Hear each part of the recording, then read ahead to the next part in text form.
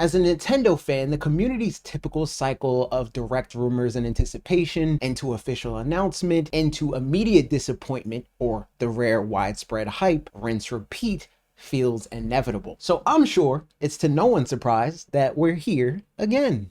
If the channel name didn't give it away for you already, let me make it clear. I put a lot of thought into what it is that makes a Nintendo Direct good or bad. And I think discourse online would be a lot more tolerable if we establish a guideline of sorts for everyone else to do the same. So let's talk it through. What would it take to make a perfect Nintendo Direct? And using these guidelines, how close was the most recent outing? The most important thing to understand as we get into the meat of this conversation is the fact that so much of what makes a great Nintendo Direct objectively cannot be truly decided in the moment. At the end of the day, Nintendo Directs are essentially a series of infomercials for products that we can't truly judge until they are in our hands to experience ourselves. There's always games that look promising in the moment that ultimately end up falling flat in terms of reception when they actually come out. Conversely, there's always games that may not showcase well in the Nintendo Direct format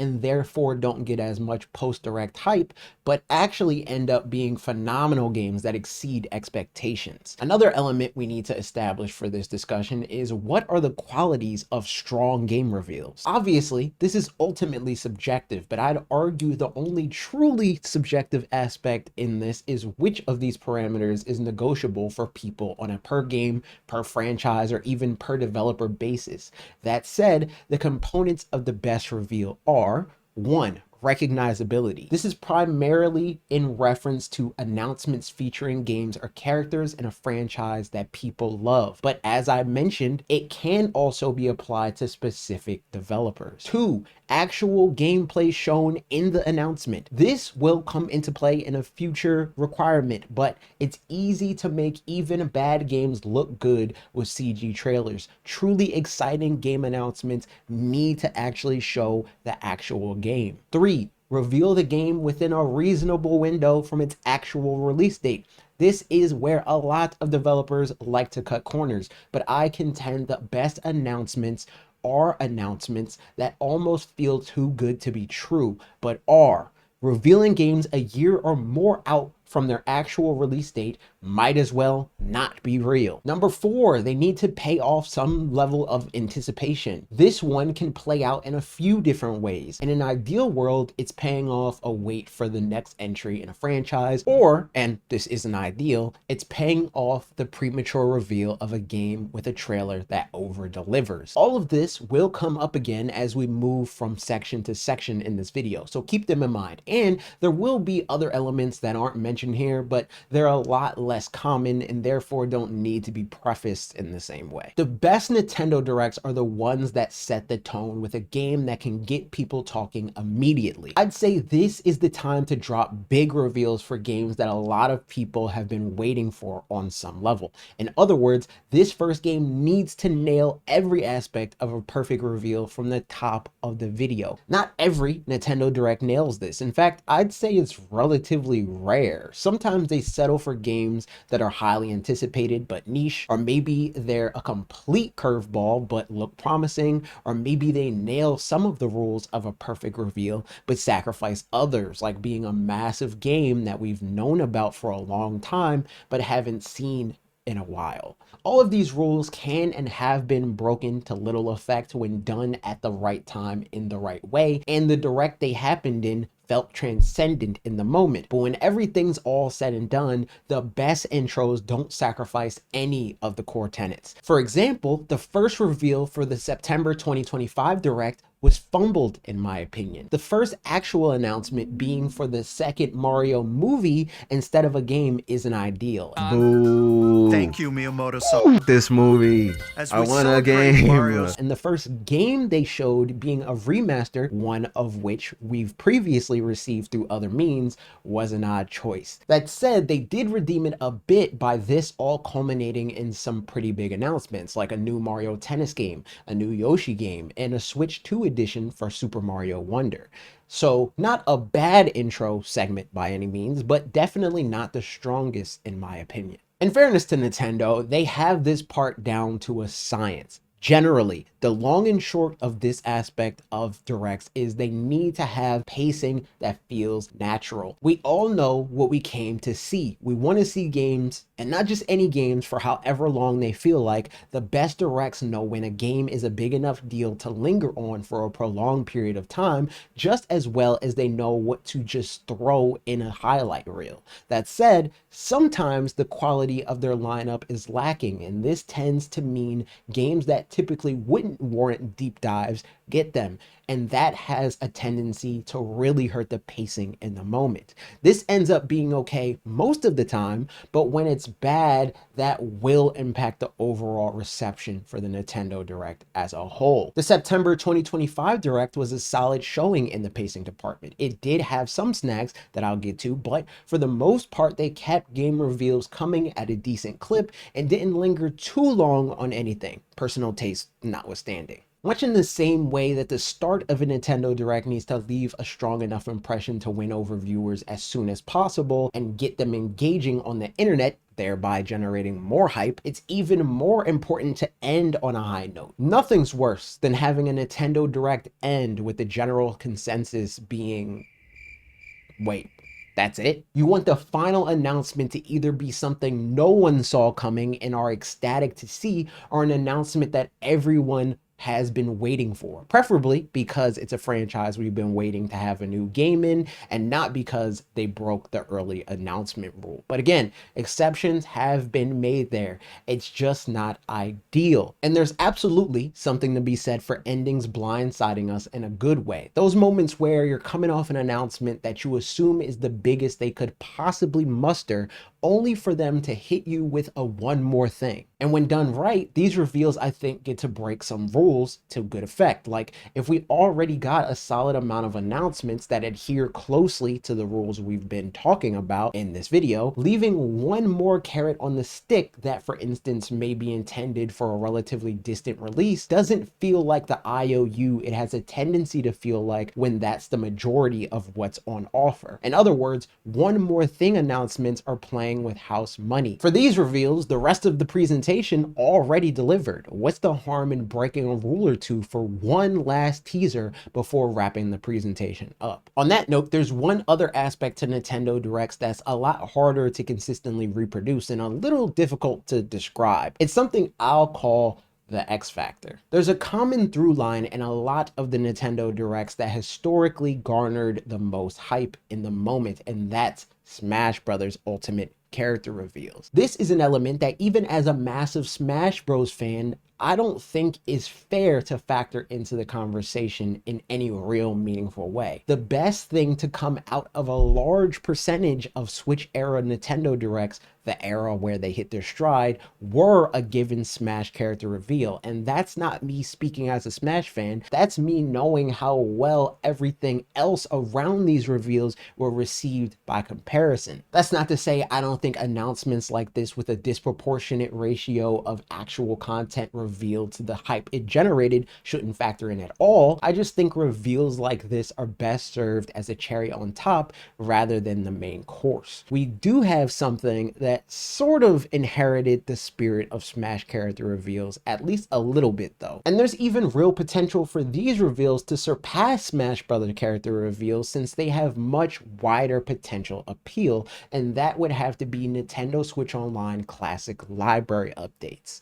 Some directs have the honor of revealing entire console libraries. Others get a game or a few games if they're lucky. But to be real, most game announcements these days end up being social media posts. Then you have the ever popular available now announcements that honestly are the inverse of everything else that I think solidifies what makes a direct good in the long term. They almost never have any real bearing on how fondly you remember a direct that's long since passed, but in the moment, a decent available now reveal can significantly level up even mediocre Nintendo Directs. The DK Bonanza DLC announcement, for instance, was a huge highlight for me as someone whose game game of the year is currently Donkey Kong Bonanza, and didn't know if the dev team would decide against Bonanza DLC like they did with Mario Odyssey. It genuinely surprised me, and that's not something most announcements can do. No matter how everything else pans out, the September 2025 Direct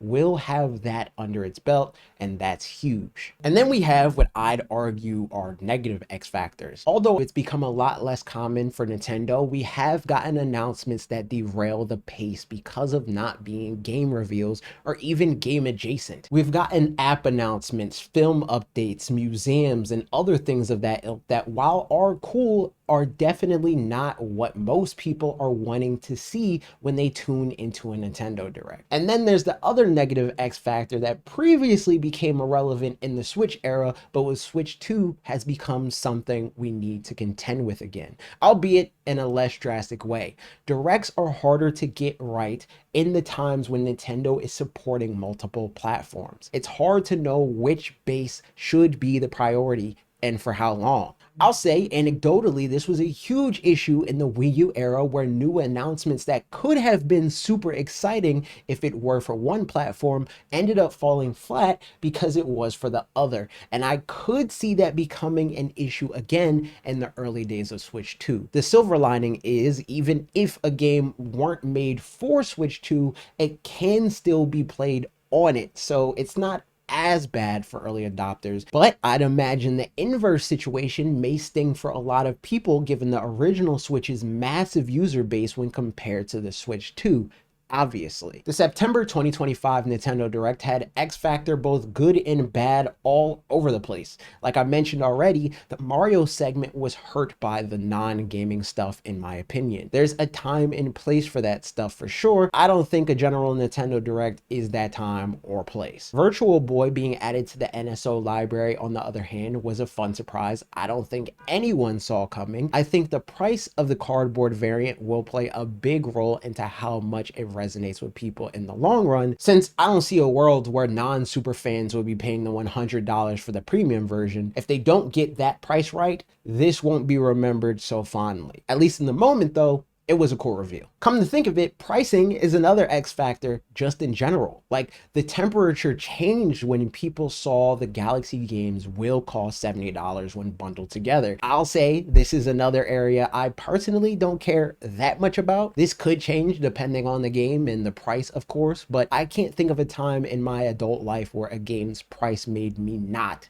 want to buy the game. We also got a decent amount of available later today moments, like the Bonanza DLC, Persona 3 demo, and other games that I admittedly didn't pay that much attention to name here, but I'm sure are on the screen. I think another important element to how enjoyable a Nintendo Direct can be is the level of stake you put into specific rumored reveals. And this is true whether they actually happen or not. On one hand, it's hard to separate games that leaked from the same bucket you put a previously announced game, unless it's the result of a particularly unbelievable leak. This deflates the impact of these announcements even when they are things people want to see. On the other hand, if the rumored announcement doesn't happen, people online act as if something they were promised was denied to them by the actual event. Some will deny this. They are lying. It happens all the time. That said, it doesn't even take a leak for people to let their own imagination ruin the Direct for themselves. You can talk yourself into the feasibility of whatever announcement you want, and that can very well lead to disappointment. I'll say anecdotally, leaks don't really impact the quality of Directs for me, and that's mostly because I avoid them as much as possible. And that's because I genuinely don't see the appeal in A, spoiling what could be a hype reveal from out of left field in the proper context in the event that a given rumor ends up actually being a leak, or B, a rumor that I may even want to be true doesn't end up being real and I get my own feelings hurt by building it up in my head. It just doesn't make any sense to me. And honestly, who am I kidding? It doesn't even need to be any game specific specific rumors for people to run wild with expectations. People will prematurely judge Nintendo Directs based solely on the approximate length Nintendo includes in the announcement post. We are truly cooked when it comes to that crowd. I say we're better off ignoring them. And don't get me wrong, I love speculating on what could be. I think that can be a lot of fun as long as you don't gaslight yourself and others into expecting whatever you want to happen to be a definite future announcement. That's what leaks do. They have a way higher chance of leading to disappointment than they do anything positive, and that's whether they come true or not. Up until now, the legendary Nintendo Directs within the community at large mostly took place during the Nintendo Switch era. But there is one Wii U and 3DS era Direct that could arguably stand toe-to-toe with the rest, and that's Nintendo's 2014 E3 Direct. This presentation had Splatoon, Captain Toad Treasure Tracker, Pokemon Omega Ruby and Alpha Sapphire, Mario Maker, and we got our first glimpse at The Legend of Zelda Breath of the Wild, amongst other things. Then we have September 2018's Nintendo Direct, which had reveals like Switch Juggernauts, Luigi's Mansion 3, Super Mario Party, Animal Crossing New Horizons, and more being announced during that presentation. I will say a lot of the announcements in this Direct don't hold up much to scrutiny in regards to how well some of the games were received,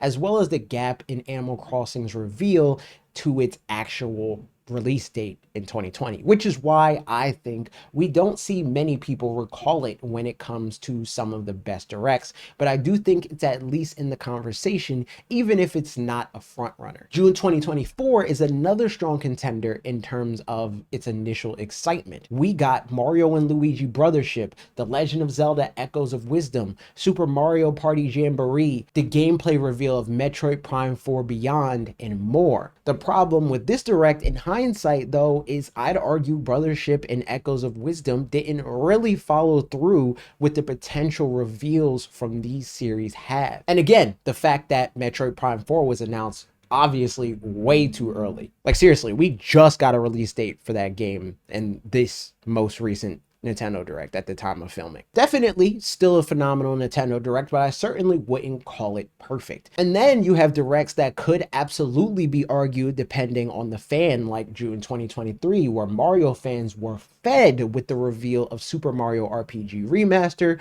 Princess Peach Showtime, WarioWare Move It, and more. If you're not a huge fan of the Mario universe though, there's a lot to be desired. The same can easily be said for the September 2025 Nintendo Direct. If you don't like Mario, there's like 15 minutes of this Direct that fell flat for you, I'm sure. Or who could forget the 2018 E3 Direct, where the arguable best video game trailer of all time, that is the Everyone Is Here Smash Ultimate reveal trailer, came out. That Direct had some other stuff as well, but chances are if you're not that big into Smash, it's not registering that high for you overall. Then there's the technicalities that are the original Nintendo Switch presentation and arguably the Switch 2 presentation, but we're splitting hairs at that point, and I do not feel like seeing arguments about the semantics of whether those count as Nintendo Directs or not. As far as the most recent Nintendo Direct at the time of recording, I think it has an argument for being placed amongst these ranks, assuming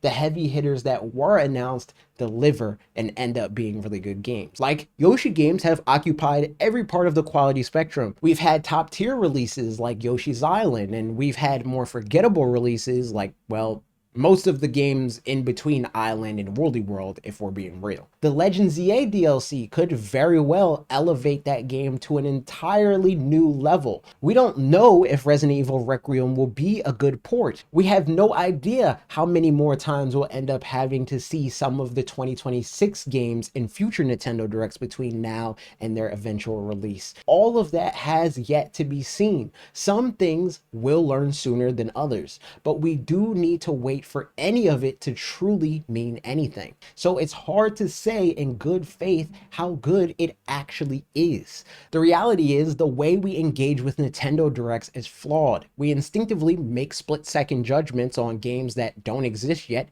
and those judgments are rarely a reflection of reality, both good or bad. We've gotten hype trailers for games that ended up being lackluster, and we've gotten subpar reveals that ended up being Game of the Year contenders. Honestly, I've always been a lot more reserved with my Nintendo Direct takes, but in researching for this video, I've realized that it doesn't make a whole lot of sense to be anything but. I don't think perfect Nintendo Directs exist, nor will they ever, because they can't ensure the actual quality of the actual game, even if it may be presented in a hype way. Obviously, you can't account for taste either. You may love Warriors games. I don't, so they fall flat for me when they're announced. Conversely, I'd be lying if I said my ears didn't perk up at least a little when they announce a farming sim with online co-op, or really any game with online co-op. I do think it's equally impossible to have bad Nintendo Directs, barring the smaller ones that may be dedicated to specific games that don't turn out great. Some just aren't for you or me, and that's fine. They're ads at the end of the day. All of that said, Nintendo Switch 2 specifically has changed the makings of a good Nintendo Direct in one key way, and that's the quality of third-party games that have the chance of being revealed. Watch the video on your screen to see why we can bet big on Switch 2 becoming a primary target for major third-party games. Thank you to paid members over at shop.watchredirect.com like Trev L. Steinberg for making this video possible. Hit the link in the description to join them in the credits and in receiving physical and digital perks.